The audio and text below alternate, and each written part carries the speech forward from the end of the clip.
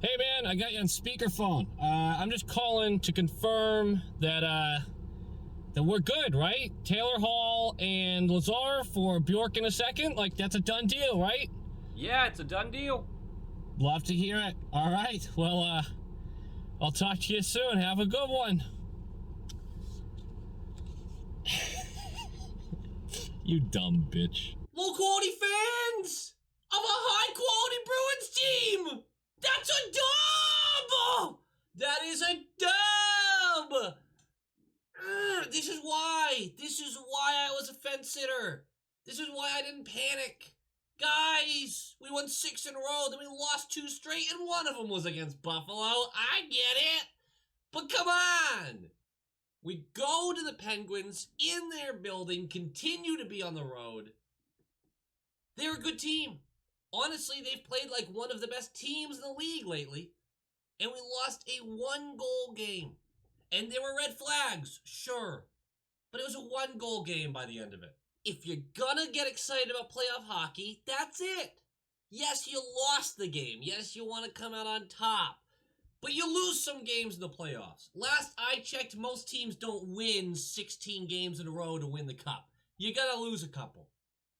We lost to the Pens 1-0, and it was all about the response tonight.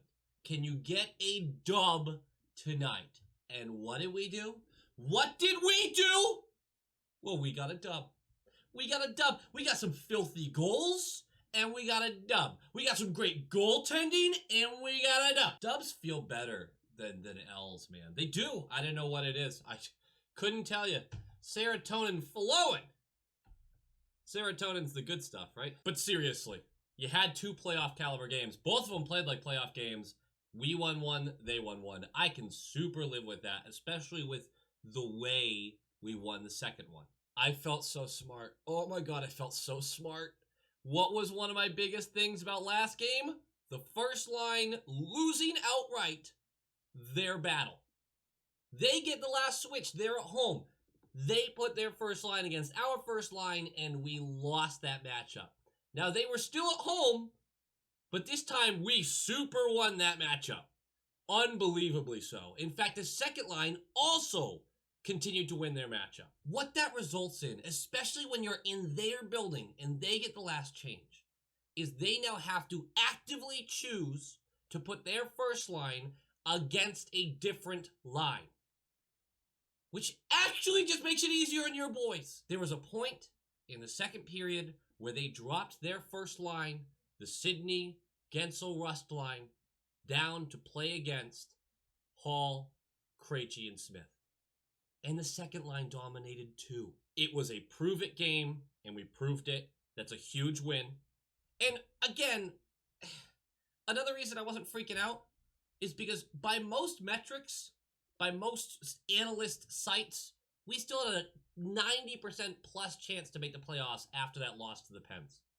We still had better odds to finish 3rd in the division than we did 4th or 5th in the division after that loss to the Pens.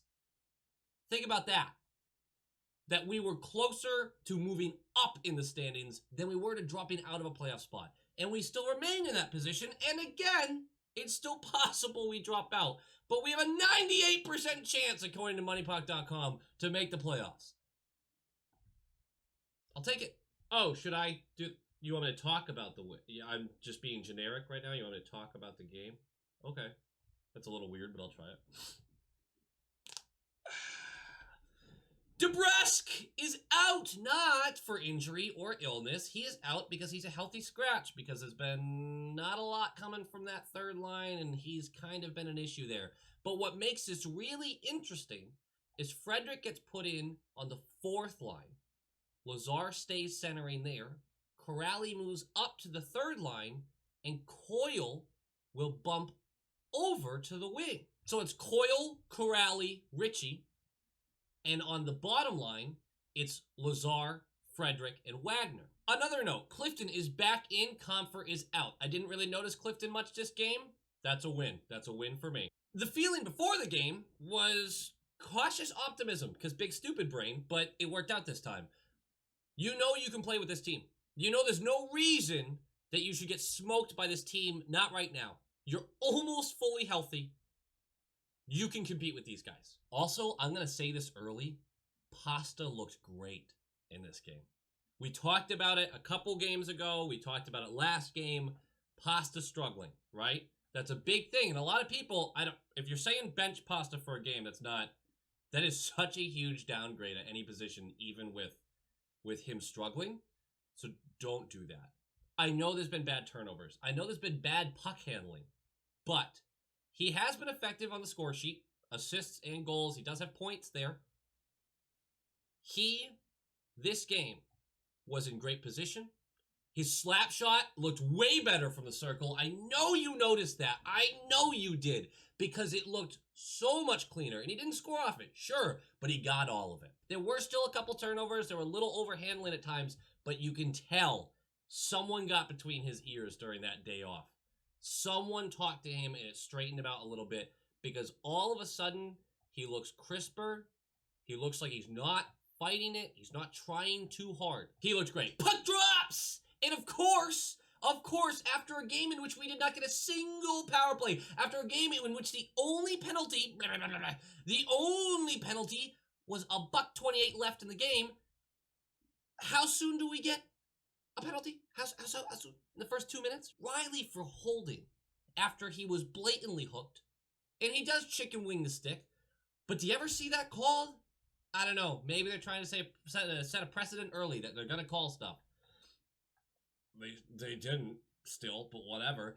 That's holding on Riley. We kill it. I'm just annoyed about how quickly that came and how weak of a call that was. It was like they were looking for something to get on the bees immediately. There is more energy in this game, but it's very equal. Both sides came to play again. And I gotta give credit to this Pens team, man. They can freaking keep it tight. It is so hard to find space against them. And what's even worse, about 10 minutes in, huge blunder. Too many men on the ice, and bad, too. No one was near the bench. You can't have that, especially a day after you actually got to practice. We kill it, thank God. And we're lucky. We're lucky because we take 2 penalties that period, and we get out. I know we usually have a good penalty kill, but the Pens have a really, really solid power play. But we get out of the period 0-0. That first period was mostly Rask and Yari doing their thing. There is so much traffic in front of our net for everything Rask has to do. And luckily, we got some good clears. But tracking the puck must be a nightmare through that forest. Second period starts, and about 5 minutes in, we have a really funny moment where a blatant icing isn't called, and I don't know why. Maybe they thought Miller could have gotten there before it got to the line. I don't know. Seemed pretty obvious to me. But it gets waved off. It doesn't get waved off loudly. It just gets waved off. They put the arm down. It's fine. Keep going. Miller doesn't realize this. Almost creates a turnover because he has a pen right on his back. We survive it. When the puck moves away from Miller, Miller's still behind our net, he turns to the referee and goes, "What the fuck?" Literally. You could very well hear it. Just screamed it at the ref. And he goes down to the other side of the ice with the play. And he love taps a Penguins player. And they call him for slashing.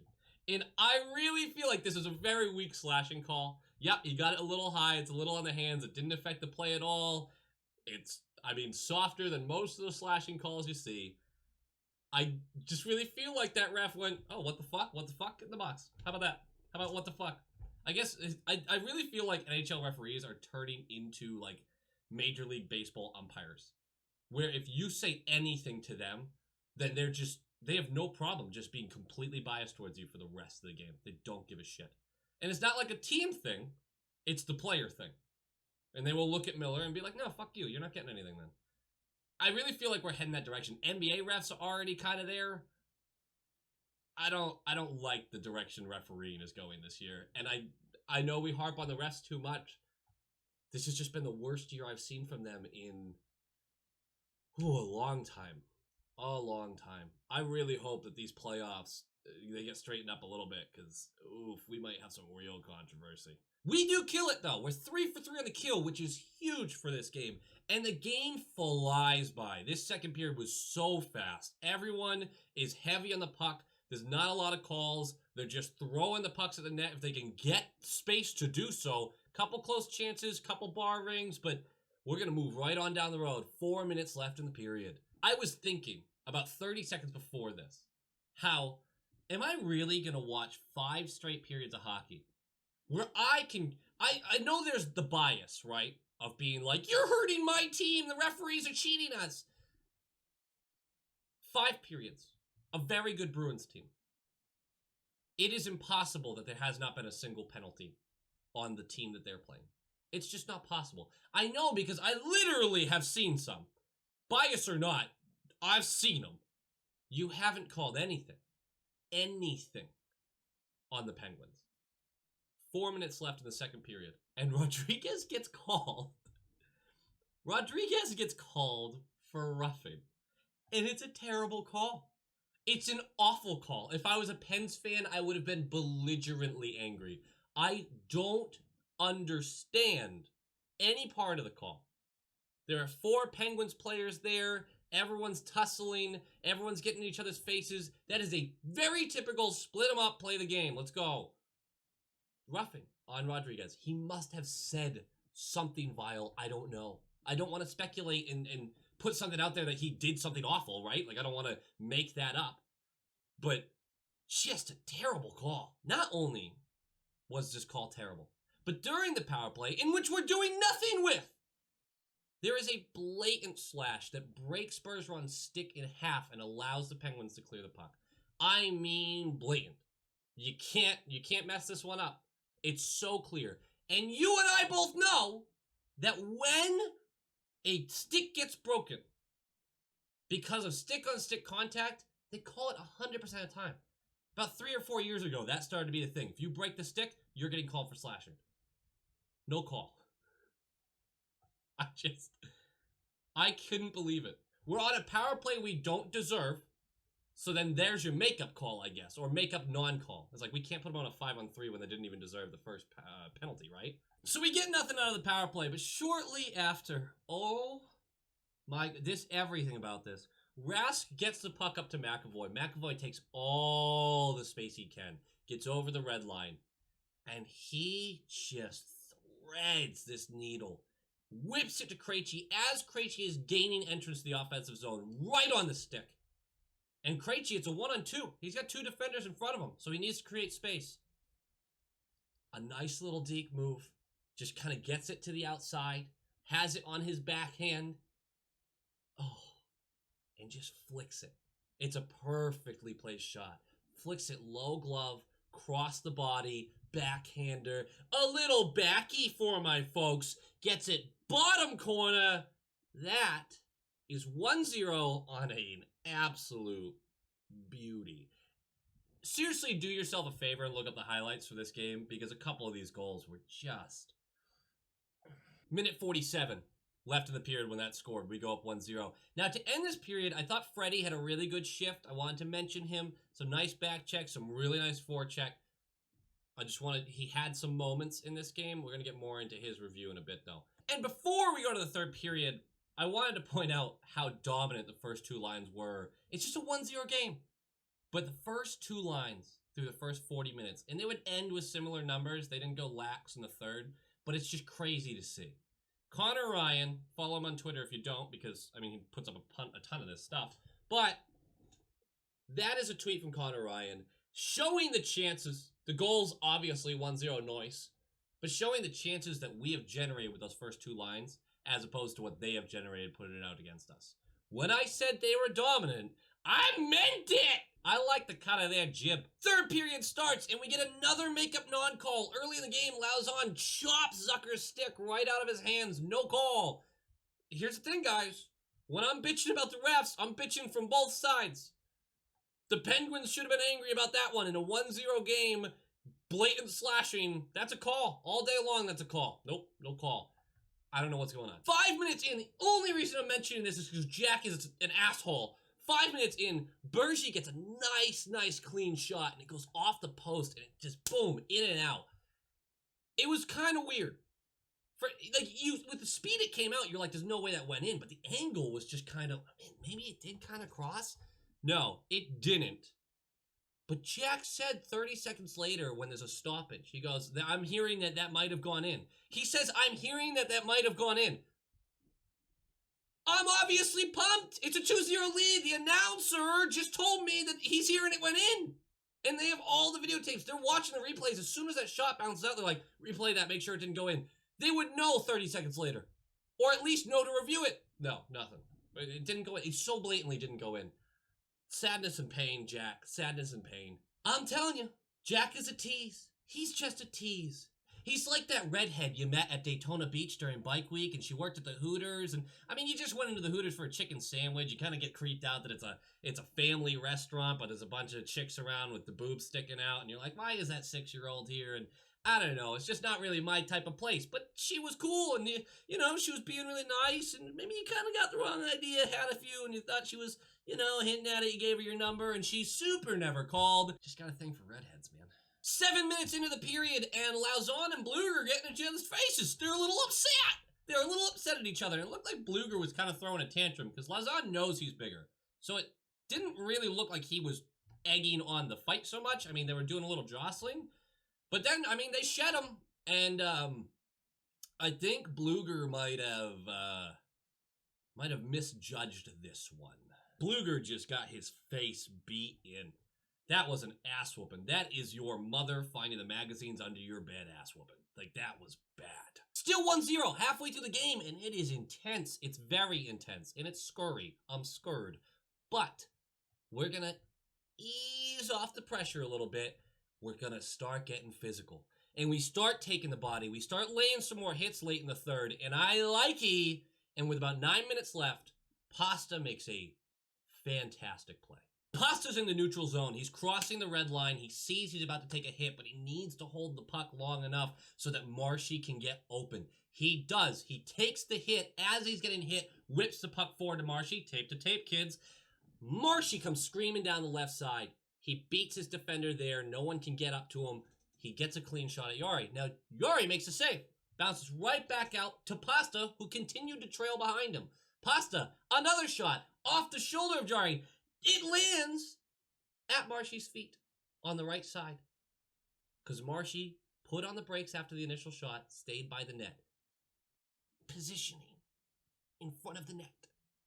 He buries the rebound. It is 2-0 in a huge game against a very good Pens team. Let's go! 12 minutes in. Yes, just a couple minutes after that one. And it's another filthy goal! Hall has a beautiful feed to Krejci as Krejci's coming into the zone. He sees Hall trailing back behind him. He dishes back. Hall just absolutely drags the shit out of Crosby. Crosby goes right by him. I have no clue who that guy is. Someone mentioned him as the GOAT. Play that clip over and over and over in anyone's comment section whenever they say Crosby is the greatest. Big oof. Hall dekes him out of his jockstrap and then absolutely snipes the top blocker. This is, I can't even show the clip. Like, I need you to go watch this clip. And I guarantee you're sitting there going, having a type of player, as well as Marshy and Pasta, because they're both capable of that as well. But a third guy who can do that, Bergeron I don't really include in that. Because although Bergeron's capable of it, that's not usually his game. Marshy and Pasta, super their game. Hall, very much his game. I was wrong. I was so wrong. If we spent more on Hall, and this was the performance we got out of him, great. I would be like, oh, okay, yeah, that was worth it. That was worth it. Especially if he re-signs and all that jank. I know it's a rental, but at the time, oh, we bought him cheap. I guess I'm okay with this. He was worth way more than what we paid. Way more. Potentially.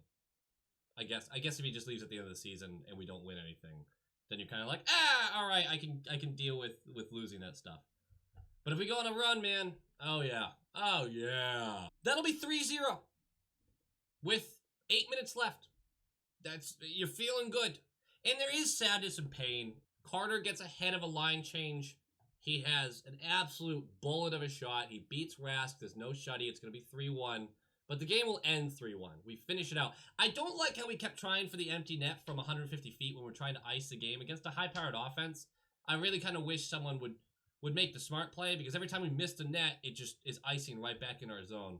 It's fine. We get the win. Game notes! Like I said before, first and second line winning their battles, huge. It allows the third and fourth line to get involved, but in their own way. They get heavy. They make people pay the price for grabbing the puck. They allow the forecheck to be hard, to really empty the tank energy-wise. That gets to happen when your first and second line can carry the scoring. That's the structure of our team right now. The third line is not going to be a scoring line. We'll get a goal every now and again, you'd hope, but that's not going to be a scoring line. Fourth line, that needs to be a shutdown line. I don't care about goals for the fourth line. I don't care if they're technically negative in the goal chances or for category. What I do care about is that they don't get scored against.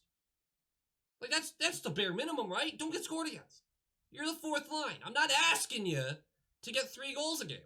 Just don't get scored against. Quick shout out to Rask. Holy shit, what a game by him. He had some huge saves. He had some moments where he didn't have to do anything.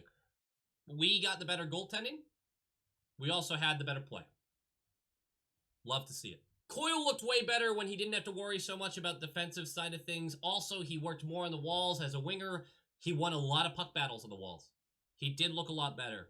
Frederick had some good moments. Forecheck, back check, the energy was there. Unfortunately, this is where you go eye test versus analytics, right? The analytics of Frederick were whenever he was on the ice, he was a negative player. The chances against him were higher than the chances he created, in which he created pretty much nothing. That doesn't look good. That's frustrating. Eye test? Okay, but he didn't give up massive chances. He shut down a couple chances from the other team. And, I mean, he mixed it up out there. He had pressure on the puck. He created some turnovers. The line never did anything with them, but he was involved. This guy's not a savior of the team. And his room, I think he has a decent ceiling. I really do. He's not there yet. It's okay to have this game in which the analytics might not have favored you when the eye test does. I thought he was pretty good. Coyle, for that exact same reason, yeah, the analytics for third and fourth line weren't great, but he did look way better. And he was not a negative player. So we're going to take that as it is. Last thing, because that's a lot of time on that clock. Last thing. Every single game against one of the top, well, actually, I'll say top 5 teams in our division, right? Rangers and up. Every single game that we have against these guys, someone is on Twitter going, what a great series this would be. Wouldn't that be a great series? Look at how much animosity there is. Look at how much skill there is on the ice. We can stop doing that. We can stop doing that now. We keep doing it. I'm guilty of it too. We keep doing it. Guys, there's no team in the top 5 that would play another team in the top 5 and it wouldn't be a good series. I think the worst series you could think of might be Islanders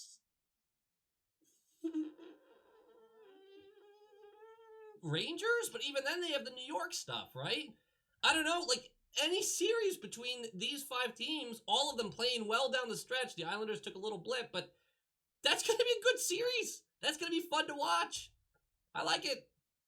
So we can stop with that nonsense because they're all going to be good. This division is going to be so fun to watch. There's going to be a couple series beginning of the playoffs round 1 that aren't going to be fun. Whoever wins the West is going to annihilate whoever squeaks in at 4th. Same thing goes for the Central. There will be good matchups in the first round. They're going to be in the East. Alright guys, that does it for me. I gotta trim this video down. We are sitting at 48 minutes right now. So, whoops. I will see you guys for the Buffalo series later this week. Go Bees!